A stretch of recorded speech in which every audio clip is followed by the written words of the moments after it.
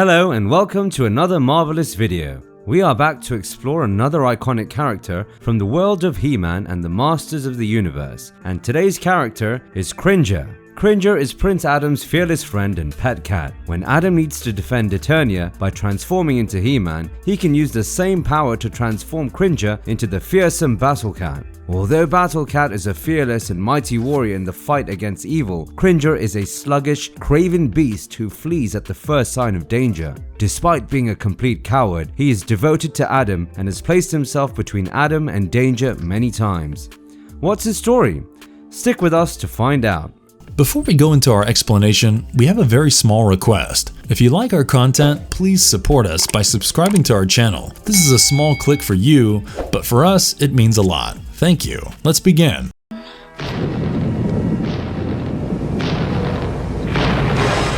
Cringer backstory in He-Man and the Masters of the Universe Filmation series. Battlecat, like He-Man, did not have a dual identity at first, and the concept of Cringer was introduced alongside that of Prince Adam. Although Cringer is mainly unimportant to the main plot of most Masters of the Universe stories, he adds a new dimension to Battlecat's character. The Cringer persona is polished in He-Man and the Masters of the Universe, providing comic relief with Orko. Cringer is rarely shown doing anything other than eating, sleeping, or grumbling. He is usually fearful and eager to escape disaster. One of the first episodes where Cringer had an essential role in the narrative was in the episode titled A Beastly Sideshow. The story goes like, when a traveling sideshow visits Eternos, Cringer falls in love with and lusts for a female cat named Pretty Kitty, but it turns out that Pretty Kitty was really there to trick Cringer into falling into the clutches of Beastman, the sideshow's shady owner. He-Man had to enter Skeletor's kingdom in order to free Cringer, who was held captive in Snake Mountain. Cringer resembles a tiger with green and yellow stripes. In the episode, Teela's Quest, Queen Marlena tells Adam that there are no talking green tigers on Earth. It is unclear whether her referring to Cringer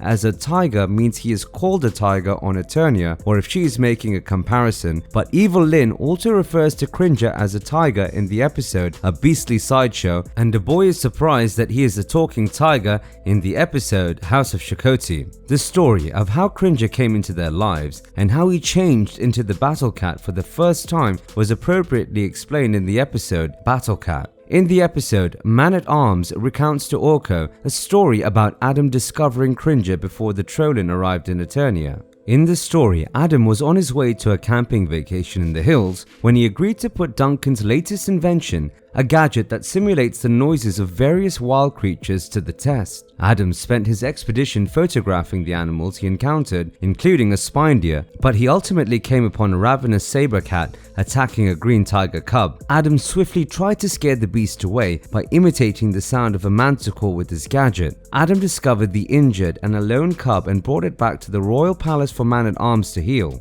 The cub recovered reasonably, and Adam adopted it as a pet. On the other hand, the other youngsters in the castle mocked the animal for being easily scared. Teela began referring to it as a Cringer, and the moniker stuck. One day, Adam had a psychic vision of the sorceress, who warned him not to be impatient with Cringer, as he would eventually become essential to the youngster. Cringer didn't alter as Adam got older, following him about and frightened at the most minor disturbance. This became an issue when Adam began to transform into He-Man, since he had to keep an eye out for Cringer to ensure he was not watching. Melekta brought an archaeological group to the king and queen one day, bringing word of an incredible find in the Tikon jungle, ancient ruins probably dating back over 10,000 years. Randor, intrigued, directed a bigger crew to investigate the location. Man-at-Arms was recommended by Queen Marlena to command the party.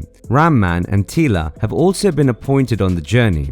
Adam intended to accompany them, but couldn't prevent Cringer from accompanying him. Melekta revealed at the ruin site that there was no evidence of life surrounding a specific building, save for vines growing over it. The writings discovered by the researchers piqued Man-at-Arms' interest since they reminded him of the old Pelite language. Teela and Adam were soon bored and began scouting around on their own, discovering a shut door with more old writing. Man-at-Arms believed it could wait until dawn, but his two youthful companions thought he was was being too cautious and returned for a closer look. They tried to push the door open, but all they got was a little gap allowing the dust to escape from within. Unaware of what they had just awoken, Adam and Teela eventually made their way back to camp for the night out of frustration. The ancient inscription, which appeared to be a warning against some peril, had been partially translated by the following day thanks to the efforts of Man-at-Arms. The little fracture had expanded when the group arrived at Adam and Teela's door.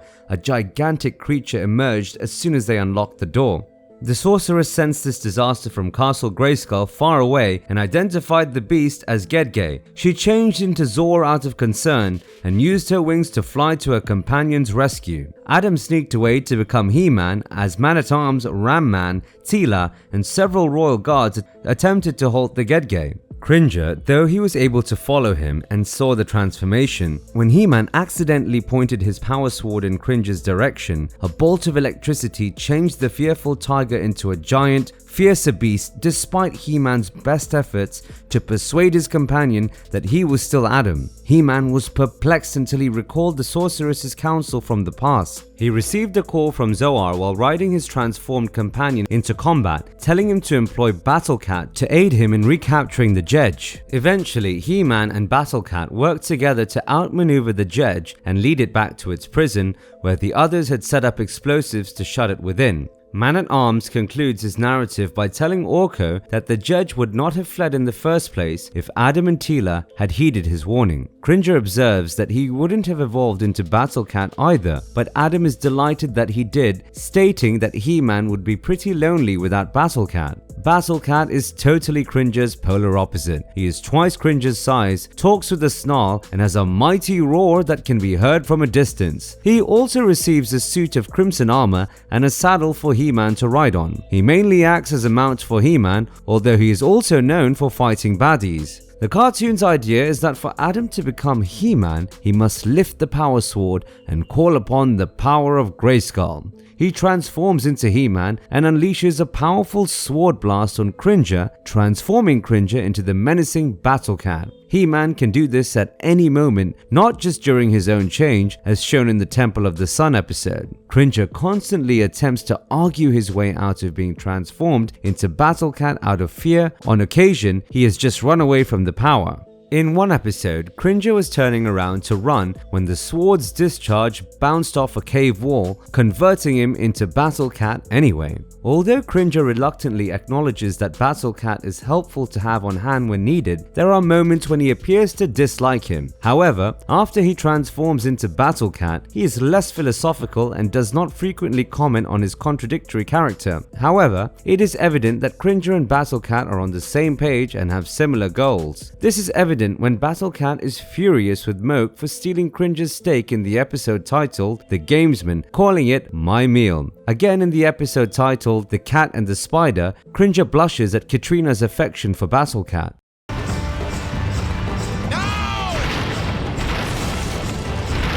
Cringer in the 2002 TV series. In the stories based on the 2002 relaunch, Cringer is shown as a simple pet, although an intelligent one and does not communicate. In times of adversity, he does occasionally manage to show fantastic bravery. He and Orko are charged with rescuing Adam from Snake Mountain in the episode titled The Courage of Adam, and Orko uses a spell to make Cringer's fur match that of Panther. Even though Panther is much bigger and stronger than him, but before Cringer can reach Adam with the sword, a Doomseeker spots him and drives him away. He is typically seen as Battlecat, simply hauling He-Man and growling loudly. However, while he barely battles a few times in the first season, the authors gave him a more active part in season 2. He frequently fights against the Snake Men and Skeletor's armies. Because he never talks, there appears to be an effort to show his connection with Adam as more than a master/pet relationship, most commonly by Battlecat or Cringer being seriously damaged and He-Man exploding, or by He-Man explaining things to him. He is seen twice without his war helmet, exposing a fiercer, saber-toothed version of Cringer's visage beneath. In this series, King Grayskull was also seen to have his own mount, but more lion-like and with a mane, who stayed at his side until he died in the episode The Power of Grayskull. Cringer? I'm sorry, Teela, but we don't have time for any more fighting! Cringer in Masters of the Universe Revelation 2021. Kevin Smith developed and produced the American animated online television series Masters of the Universe Revelation. It was advertised as a direct successor to the original 1983 series He-Man and the Masters of the Universe. However, it takes influence from various continuities similar to the Masters of the Universe Classics line. Cringer was presented for the first time at the magnificent event that culminated in Teela being named Man-at-Arms. Cringer, the coward, huddled behind a table when fireworks erupted in the sky. At this point, Duncan, the original Man-at-Arms, devised a play on words with Cringer's hidden identity, Battlecat. Orko attempted to wrap Cringer in a protective bubble, but this failed as Cringer suddenly ran out of air. When Orko tried to change his magic, the bubble simply shrank. Fortunately, Prince Adam came on the scene and punctured the bubble with a sharp tool, sparing his beloved tiger from asphyxia. Teela's ceremony was cut short when she and the entire guard were ordered away to protect Castle Grayskull from Skeletor's soldiers. Despite Cringer's request to Adam to sit this one out, Adam transformed himself into He-Man and Cringer into Battlecat with the Sword of Power. The battle at Grayskull ended in a catastrophe. He-Man attempted to absorb the magical energy bursting from the Orb of Power with his sword, which broke in half, allowing him and Battlecat to revert to their original forms. During the explosion, both He-Man and Skeletor were killed, and Teela and King Randor finally learned the truth about Prince Adam and Cringer. Feeling deceived by Duncan, the king deprived his former man-at-arms of his position and immediately exiled him from Eternos. Following these occurrences, Randor declared Castle Grayskull a prohibited zone. Cringer mustered the fortitude to breach the law by remaining in Grayskull and protecting the sorceress, whose abilities were fading as Eternia became nearly devoid of magic. The sorceress sought assistance from Evil Lyn, who recruited Teela and her new companion in crime Andra to locate a magical artifact for her. Teela mistook Evil Lyn for someone attempting to harm the sorceress and hurled a spear at her, but Cringer intervened and grabbed the weapon in his jaws. He then reminded Teela that they didn't have time for more fighting and that it didn't matter if they served Grayskull or Snake Mountain. They all had to work together to rescue Eternia. The sorceress transferred the final ember of power to Evil Lyn's staff, draining herself of any remaining magic. Cringer was there to catch her fall as she dropped to the ground. Teela was apprehensive about going on the quest for the two components of the Sword of Power. Cringer reminded her that she had named him and that he understood her fear of losing Adam's memories. Teela was still irritated that Adam had withheld his true identity from her for so long, but Cringer told her that she had always been in Adam's thoughts. Teela accepted her new assignment with the assistance of Cringer, who remained in Grayskull to look after the sorceress.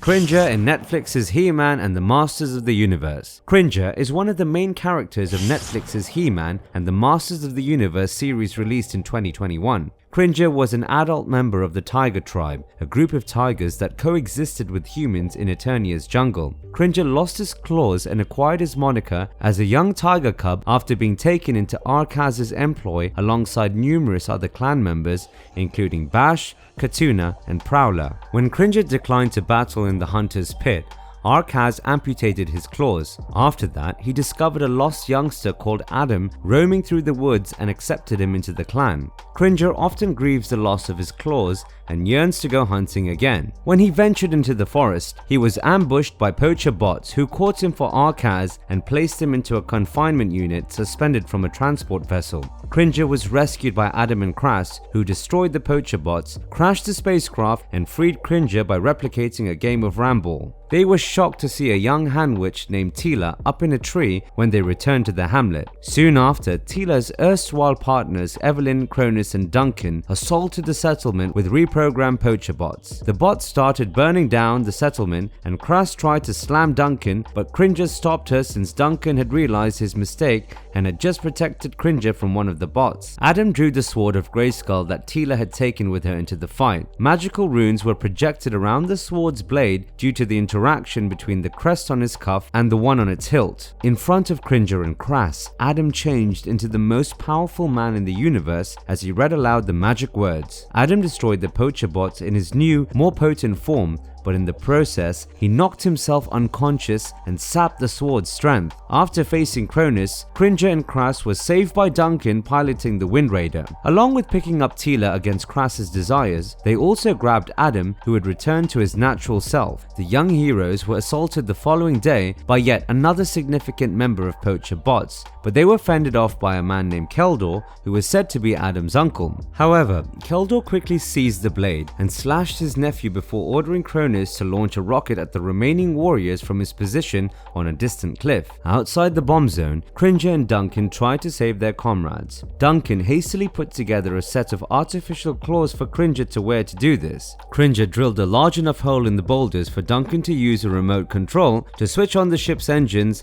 and save his comrades. Duncan flew the Wind Raider to Grayskull, whose secret location Keldor had revealed with the sword. Adam discovered the sword and became He-Man for the second time. Keldor had been anticipating this because the sword had failed him. Keldor threatened Adam's companions with death and ordered his nephew to reactivate the magic chamber and heal him, or else he would transform the others into cursed monsters like himself. Teela was able to free herself by picking the lock on her shackles, and Cringer and the children were able to flee. He-Man erected a shield between them, and the baddies chose to share his strength with all of his buddies. Cringer transformed into Battlecat and battled his own shadow, which had been brought to life by Evelyn's sorcery. Crass, now known as Ram-Man, assisted him in conquering the shadow. Keldor threw his scepter into the force emanating from the room and drew his two companions into it, allowing them to flee. Adam mistook Keldor and his minions for vaporized once they returned to their normal shapes. He was taken aback when the ghost of the original sorceress arrived and addressed him as a master of the universe. Duncan received a request for assistance from a squadron of royal guards whose transport had crashed in the Badlands. Teela and Crass initially hesitate to assist them,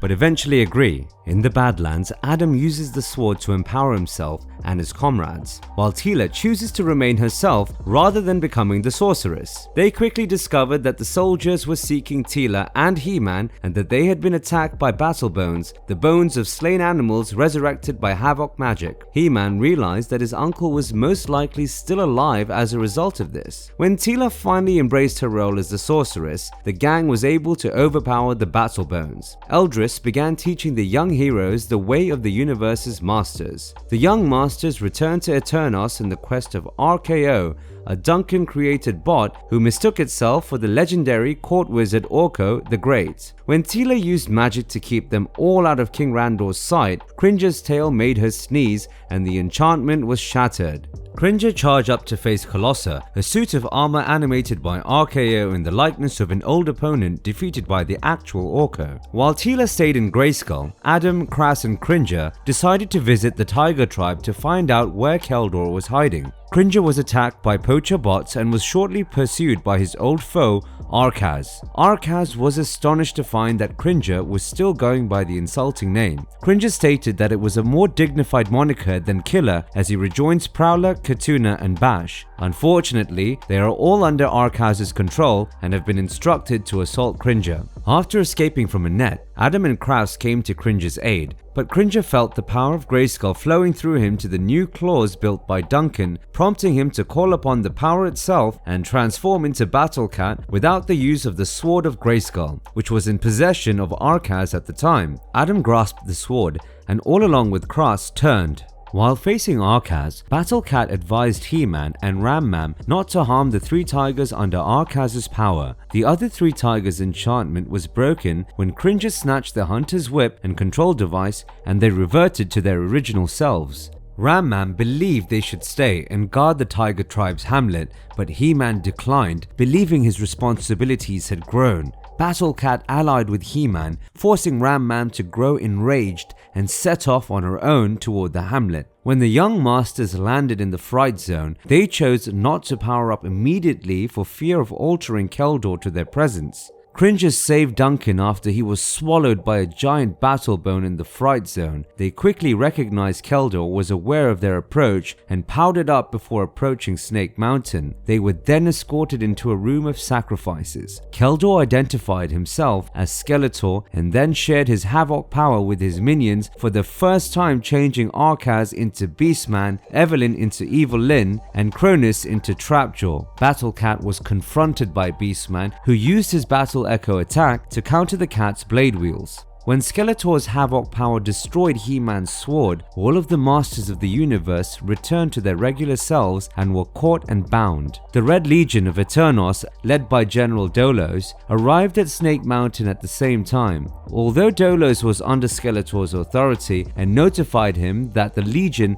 had been updated to trap Jaw and Beastman specifications, Skeletor grabbed charge of the Royal Guardsmen with his Havoc staff and ordered the captured Masters to join him or perish in the Havoc affair. After being kidnapped by Skeletor and ordered to drown in Havoc fluid, Eldris called the Masters in the Spirit Dimension to inform them that they did not use their weapons to escape. The Masters were able to break free from their bindings, but they would not have done it if Crass and Orko had not come to their aid. Duncan then used the remaining Carbonite to restore the Masters' shattered weapons, albeit they remained unstable when Adam summoned Grayskull's power to change them all into the Masters of the Universe. Meanwhile, Teela found a new power of teleportation after feeling the Wind Raider was too sluggish, forcing the Masters to emerge in the sky far above Eternos. As they began to fall, they disabled as many of the Red Legion's red sky sleds as they could. Teela chooses to go for Skeletor's staff as the source of the evil power, while He-Man understands Skeletor is targeting King Randor. Skeletor and his Dark Masters ambush them as they approach the palace, and the heroic Masters sought to seize the Havoc Staff. On the other hand, Skeletor announced that he had now gained control of all the guards in Eternos and had dispatched the Red Legion to attack Castle Grayskull. Orko used magic to transport the heroes, including King Randor, to a safer nearby spot. There, Adam depowered the Masters, and his father reminded him that he had underestimated his son, that Eternia needed Grayskull's might now more than ever. Adam, Duncan, Cringer, and Crass boarded the Wind Raider and returned to Grayskull, using the sword to communicate with Eldris. Crass recommended that Eldris utilize her magical abilities to move the castle, but in her frail state, Eldris realized she had no control over where it would appear. Eldris closed the drawbridge and moved the entire castle once the Wind Raider arrived, stating, "And now a new adventure starts." Lastly, Cringer declares that he will never cease being a pacifist, with his fire and fighting spirit as strong as ever. In the two-part conclusion, Cry Havoc, he repeats the slogan, "Disarm, not destroy," as he wrecks the Red Legion's airships and Skeletor's mind-controlled warriors. It underlines that no matter what, Cringer will never get heated up to be too aggressive, even in war mode, proving that as fearless as he is, he still cares about everyone.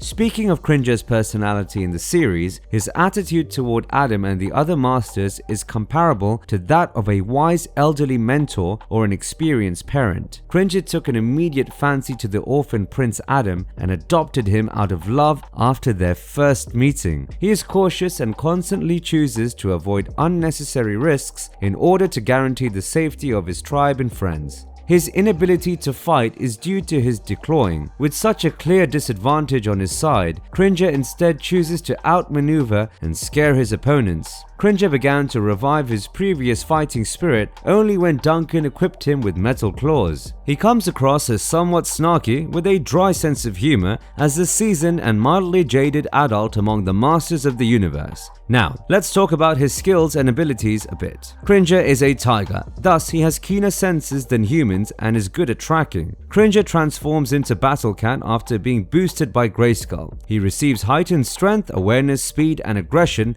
as well as armor, a helmet, and mechanical claws. His size also increases at least 3 times his standard size. He also acts as He-Man's mount. Cringer discovered his own power after becoming a genuine master of the universe and utilized it to reclaim his abilities and form as Battlecat. Cringer as Battlecat can channel and focus the power through his prosthetic claws, allowing him to fire claw-shaped waves of energy at his adversaries. Battlecat demonstrated the ability to fire his claws in the shape of missiles, akin to a shuriken when battling with Teela. Battlecat's main move is called Blade Wheels, and it involves focusing the power into his claws to create 3 wheels of energy blades that he then shoots at his adversaries with a mighty roar. The Masters of the Universe, He-Man and Battlecat, as well as the Sorceress and Man-at-Arms, realize they can combine their skills to unleash even more devastating strikes after reforging the Sword of Power and the other Masters' weapons with Carbonite.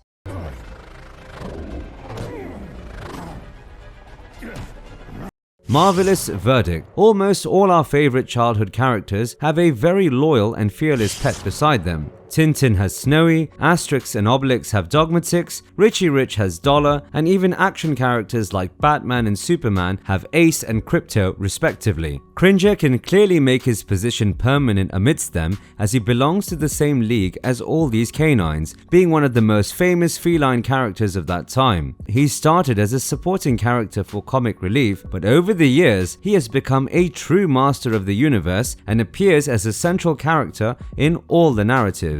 To get notified whenever we post a new video, subscribe to our channel and click the bell icon. And don't forget to click the like button if you like the video. I'll see you in the next one.